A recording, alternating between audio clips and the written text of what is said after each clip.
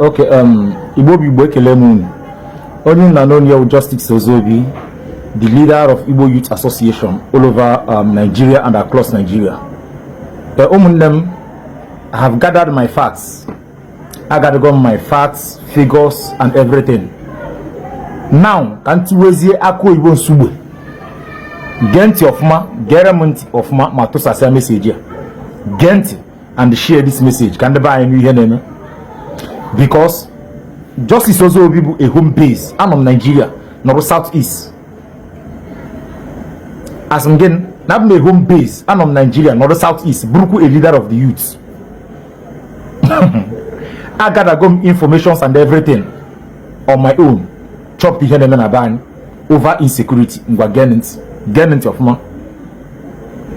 And with the ESN, yes, and with the ESN. That is Eastern Security Network. Who can nan the cano form? Who can nan the cano or go outside Jackie Hibe? And will unknown gunmen, yes, and will unknown gunmen. And will a Biafra Liberation Army, yes, and will a Biafra Liberation Army. ESN, unknown gunmen, Biafra Liberation Army, are they the same? The answer is no. Now listen, get of ma. ESN. Bunken nan de kanu hibere burukun kendi boni ne telaka nia ndike no diaspora ndike no within ndike no outside man ndike no oboda telaka nia we hibe that ESN case akufo go through contributions case sponsor through donations emere ona case sponsor now abia na ESN enwere ndisi from ESN pota jilaka ha form unknown gunmen. And when this Jaka first from ESM puta, Jukuraga form Biafra Liberation Army. Now the kind of manahane may exist. Yes, all manahane may exist. I'm going to say the whole thing on those wedding. Chineke nan to wash, mind sleep and never wake up. Now the kind of manahane may exist. Yes, all manahane may exist. Nda hano unknown gunmen. Hano be ESN before. Yes, hano ESN. Nda have ESN kita mba hablo ESN. Oyota yen kowal asim ne nwere ESN nwe unknown gunmen nwe Biafra Liberation Army ebe unknown gunmen si wepụta bụ from ESN ebe Biafra Liberation Army si wepụta bụ from ESN mana ha kana arụkọ with ESN. The answer is no. Mana ha bụbukwa members of ESN before. The answer is yes. Nna nka na mana ha pụtara o mana ha na-eme exist. The answer is yes. Mana gezienti first nna nka nọ na mkpọrọ Omaro case sponsors ESN. Omaro case sponsor unknown gunmen. Nkoja ama case sponsor Biafra Liberation Army. Oma na enwere otu na akpagharị kpofa unknown gunmen. Na-eme so many things na Igbo. Oma na nwere otu dịka Biafra Liberation Army. Oma ha China na exist. Other way yes. Mana oma case sponsor unknown gunmen. Oma case sponsor Biafra Liberation Army. Nna dịka ma amaro. From the information in Ngada. Now, Genti, Biafra Liberation Army and unknown gunmen. Iye ha na-arụ doro ha iche. Now, Biafra Liberation Army nwekere group na sponsor ha bụ ha waji ego na sponsor ndị nke ahụ. Unknown gunmen from information ngadara enwere ndị na sponsor ha ha nwa na-eji aka ha kidnap ndị mmadụ nata ha lamsom were megin sponsor ihe ha ji ego ngwa ọgụ. Ọka mana ikwuru eziokwu a na-ahụ nke na-esi nwa once. Ha na-eji aka fa kidnap ndị mmadụ. A kidnap ndị mmadụ esi from ego na ha natara ndị ahụ wee na sponsor onwe ha. According to information niile ngadara, ha de kidnap ndị mmadụ based on ha chọrọ ije ego arụba ụlọ, based on ha chọrọ ije gbaba moto. Ha na-eme ihe a based on ha chọrọ ije na-ego ngwa ọgụ. Ha na-eme ya based on ha ji ije na-efido onwe ha were na-emekwa ihe ndị ọzọ. Onye aka ha je kidnap ndị be anyị. To God who made me and you, Nnamdi Kanu pụta from mkpọrọ unu ya anụ so many things na-eme expect.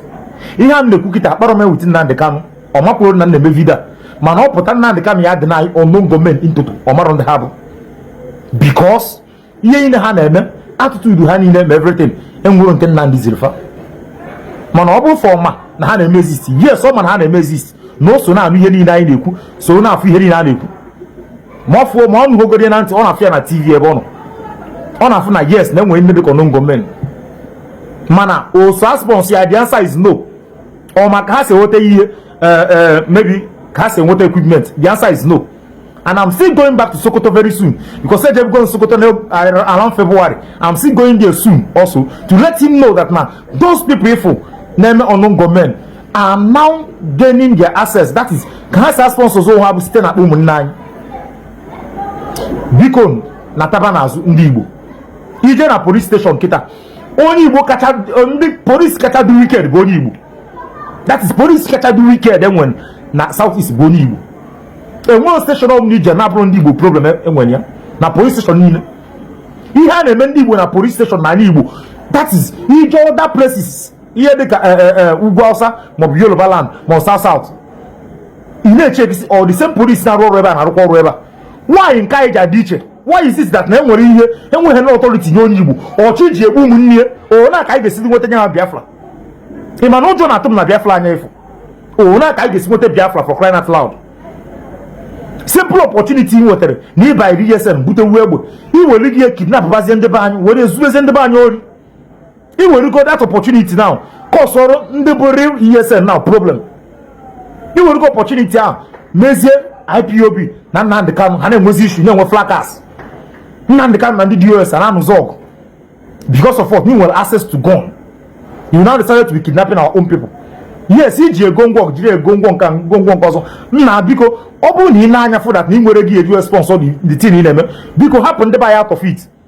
The only thing that makes me to be interested in all these things in Japan out of our people are crying and when that promote ha when that machine when that lego when they kidnap yes they make Igbo egwu mana biko hapụzi ha ihe na na-ebutezila anya Jafa. Now our people are also fighting you people thinking that you people are against them. We got time in the 10. ESN is being sponsored by donation money and MM.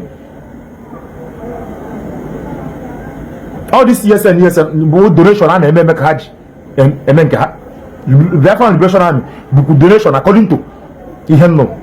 Man, one of those people kidnap now bam that Nandi kidnap no Ogu Biafra.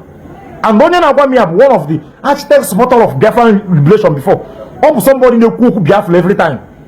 I was surprised with this man no Biafra kidnap Charlie. He had melo fuonye, money bois, money to, money no money say, Hana watches no name ESN they kidnap her. Na, honorable by you a judge, Nda name ESN, there is no cash, open had they kidnap on the buy. Only is a kidnap Leku, not one name Biafra Liberation Army, because they could not on the ESN, because they could. And where a reason, in every nonsense there must be sense on it. Ndị Igbo sị ebe nwatakịrị na-ebe akwa akwa aka nne ya hụ ya nne ya nọrọ ya ke ndị bụ ihe a na-ekidnap ndị be anyị onye ka ha bụ nwaanyị ndị be anyị ji akpọ ha Biafra Army ha kpọ ya Biafra Army akpọ ya ESN because amarọ nke ọ bụ nke mana for me ihe ha fụ the man sị that n'ebe ya nọ yes ihe niile a na-emebe abịa Biafra ha gwụkwa ya na ha egbu mana onye wute ego kewe na sponsor ya na-eme ọ na-aka mma ọ na bụzi by force ọzọ na ka anyị switch inweta Biafra anyị nwanne. I've been number one advocate of Mazen and the IPOB and the less of them. Man, this is it. No, this is not it. Because oh, kaina taban mu adama sport ku yojo. Adama sport yojo. Each create a group of no so boya. Gina Nigeria Janubog happen the ban. Leave our people alone. Gina Nigeria Janubog. Leave innocent people alone. Leave innocent poor masses. How can I back your government email ha? Go on so ku na Ogin kai disi kote na Igbo ogin. Government in the man, I want to move why. Who na na to Southeast. Okosile kosi.